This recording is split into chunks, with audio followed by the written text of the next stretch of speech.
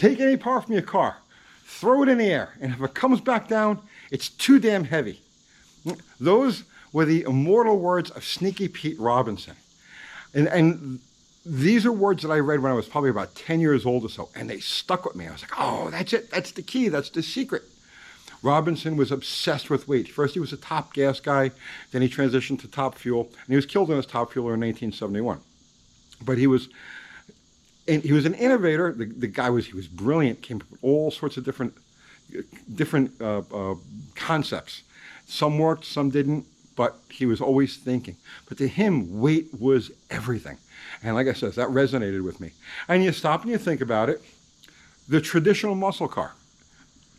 What is the essence of the traditional muscle car? It's power to weight.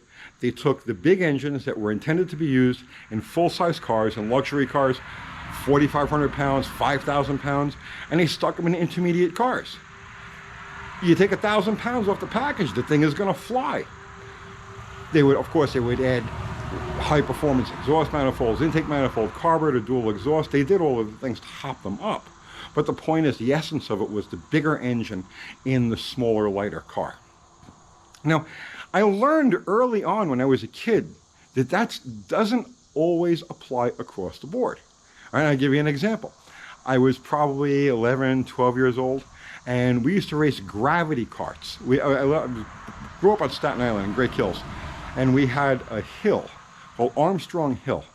And at the time, there was no traffic. They were still building all of the houses. They were still building out the subdivisions. It was half woods. And we would race our gravity carts. We would build gravity carts out of wood that we find around at the construction sites and race them down this hill. So there were a few of us. And my thing, right, okay, wait, it's got to be light. It's got to be the lightest thing possible. So the state of the art back then, right, for go-karts, for gravity carts, was ball bearing carriage wheels. And I scored ball bearing carriage wheels.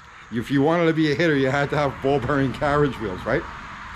So while all the other kids who were doing this built their carts out of just whatever material, planks and 2x4s and all kinds of other stuff, I said, I'm gonna dust them. I'm gonna build the lightest thing possible. So my go-karts were like just the bare minimum, just a couple of 2x4s, a cross member, with axles to mount the wheels on, a way to steer with rope, right? And that was it. And just a little place for me to sit. It was like they were dragsters. They were like flyweight. They were dragsters. And the other kids, they built those out of planks, out of just anything they could, no consideration given a weight.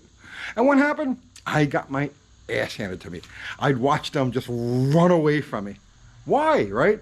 And it dawned on me at that stage of the game, well, gravity is the power here, and gravity wants the weight. So the heavier carts went faster. I added weight to my cart, and I ended up running with them, right? That was the fix. So the same thing kind of transfers to cars also.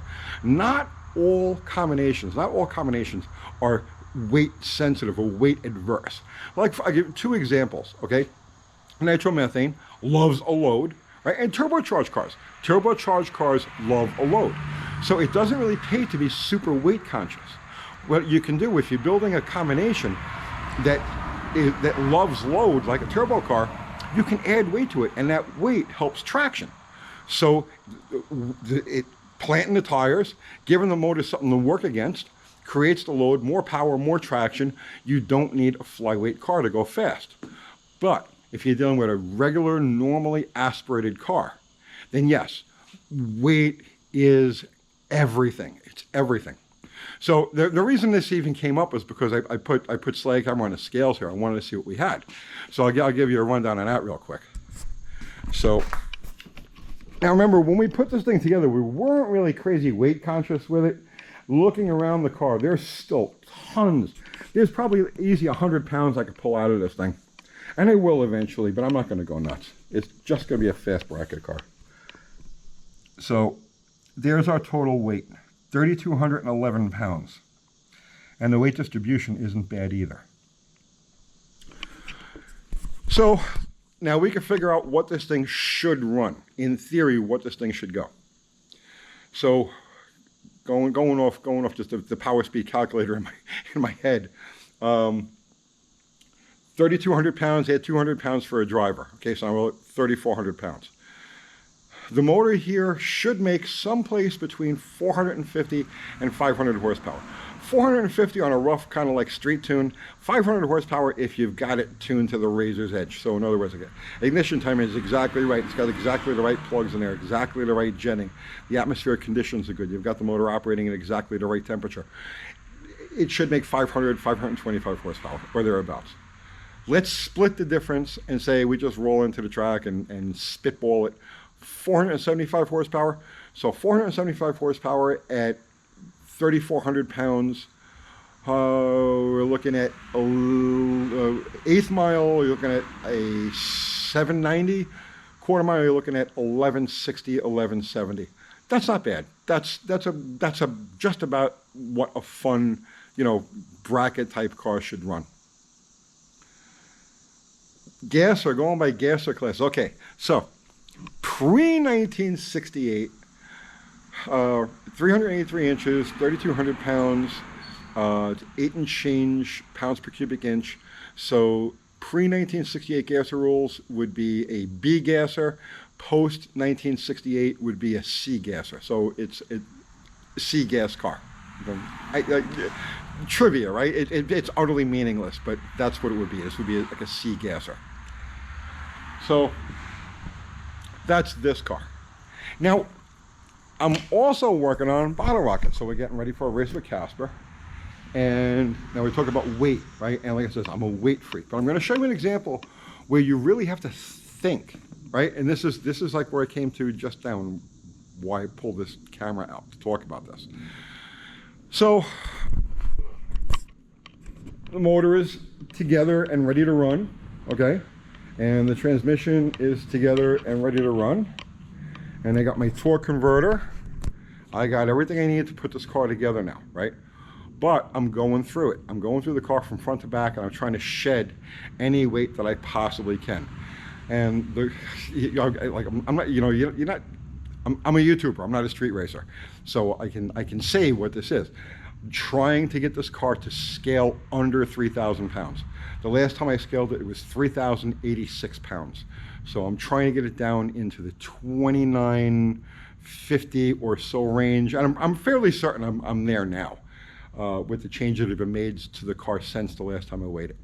But I'm going through the car, and you can see the kind of, you can see the mess I got underneath there now, right?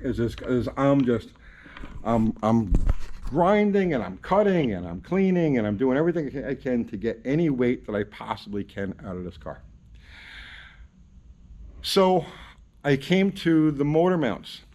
So, and this is why I tell you, you have to think. You have to think everything through. Any changes you make, you got to think all the way through.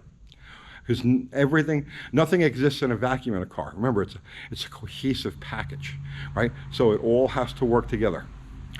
So I've got these motor mounts, which are insanely heavy.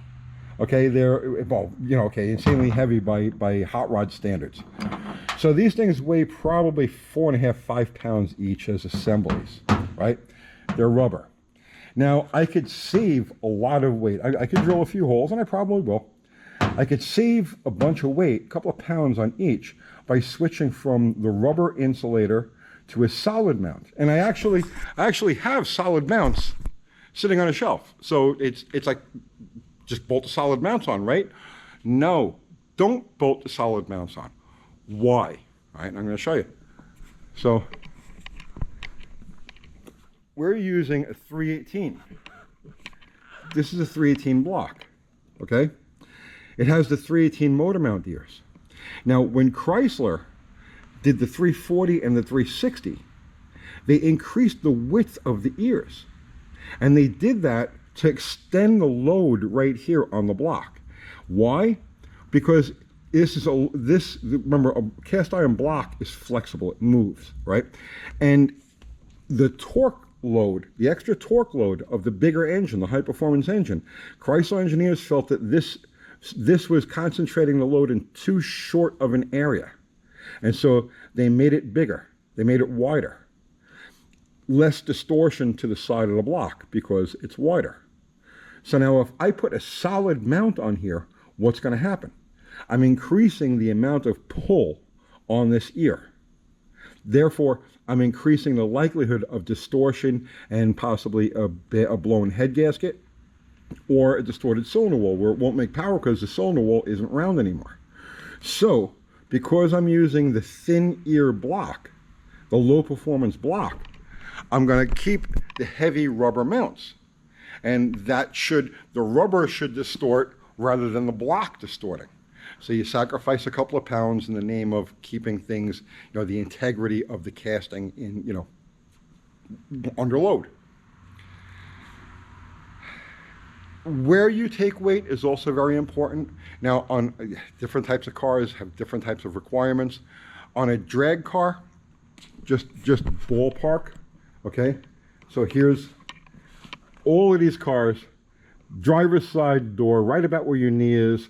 This is the ballpark center of gravity of the car, okay? So all of the weight underneath the center of gravity and forward of the center of gravity, that's all bad weight. That has to go. Anything that's above the center of gravity transfers back over the back wheels and helps plant the car.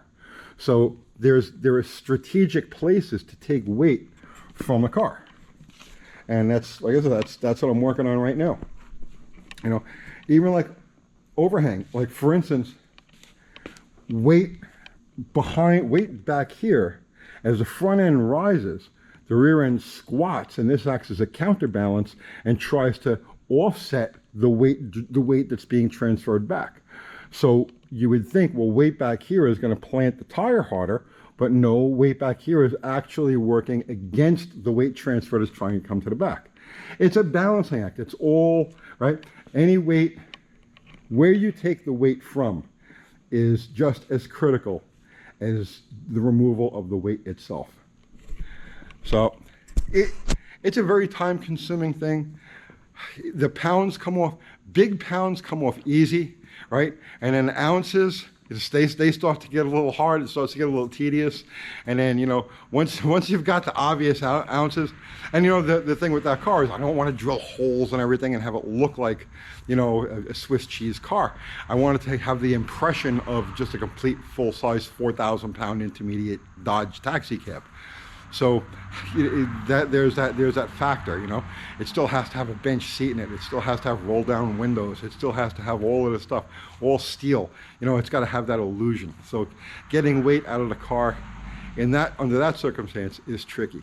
And generally speaking, what'll happen is I go through these little periods of time where I'll screw around with it and I'll pull out 3 pounds, 5 pounds, 2 pounds. It takes time. It takes time. But that's the reason the car isn't together yet. I'm still going through it. I'm still trying to get out this round couple of ounces, and I want to make sure that when it does hit the scales, it's going to be under that 3,000-pound mark. So that's it.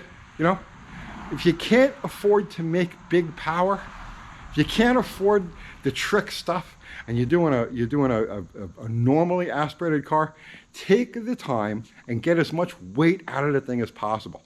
Your parts will last longer. It'll be happier, even if it's not a drag car.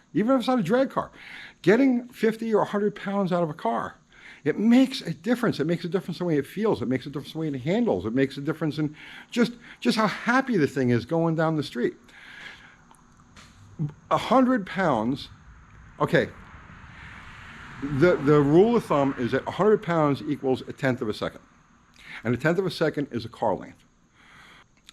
That rule applies to the average weight car, someplace between 3,000 and 4,000 pounds, the average horsepower car, someplace between 300 and 500 horsepower. So if you're in that range, and the vast majority, 90% of you are in that range, right? 100 pounds equals 1/10 of a second. 1/10 of a second is a car length. So if you can find 100 pounds, most of you guys got 100 pounds worth of stuff just banging around in your trunk, right? So all of that counts, right? Every little bit counts. Your car will be happier in every respect. You get some weight out of there. Unless you got a turbocharger, then don't stress it, man. Just turn up the boost, lean back, and go, right? All right. So that's it. I hope you got something out of that, and I'll see you tomorrow.